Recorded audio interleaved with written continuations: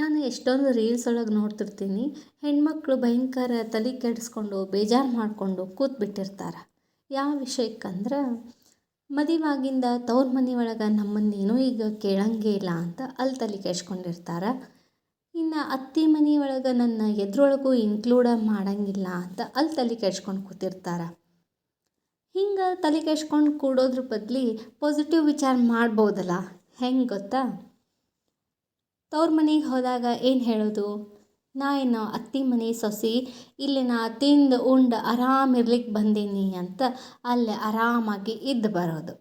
ಇನ್ನು ಅತ್ತೆ ಮನೆ ಒಳಗೆ ನಾ ಏನು ಹೊರಗಿಂದ ಬಂದಾಕಿ, ನನಗೆ ಈ ಮನೆ ಕೆಲಸ ಏನು ಗೊತ್ತಾಗಬೇಕು ಅಂತ ಅಲ್ಲೇ ತಿಂದು ಉಂಡು ಆರಾಮ್ ರಿಲ್ಯಾಕ್ಸ್ ಆಗಿರೋದು.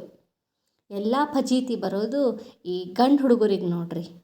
ಯಾಕಂದ್ರೆ ಹೆಂಡ್ತಿನ ಸಂಭಾಳಿಸ್ಬೇಕು, ಅವ್ರ ಪೇರೆಂಟ್ಸನ್ನ ಸಂಭಾಳಿಸ್ಬೇಕು, ಮನೆ ಪದ್ಧತಿನ ಫಾಲೋ ಮಾಡಬೇಕು, ಮನೆ ಹಬ್ಬ ಹುಣ್ಣಿಮೆ ಒಳಗೆ ಹೆಂಡ್ತಿ ಸಪೋರ್ಟ್ ಮಾಡಲಿ ಬಿಡಲಿ ಅವ್ರು ಮುಂದುವರ್ಸ್ಕೊಂಡು ಹೋಗಬೇಕು.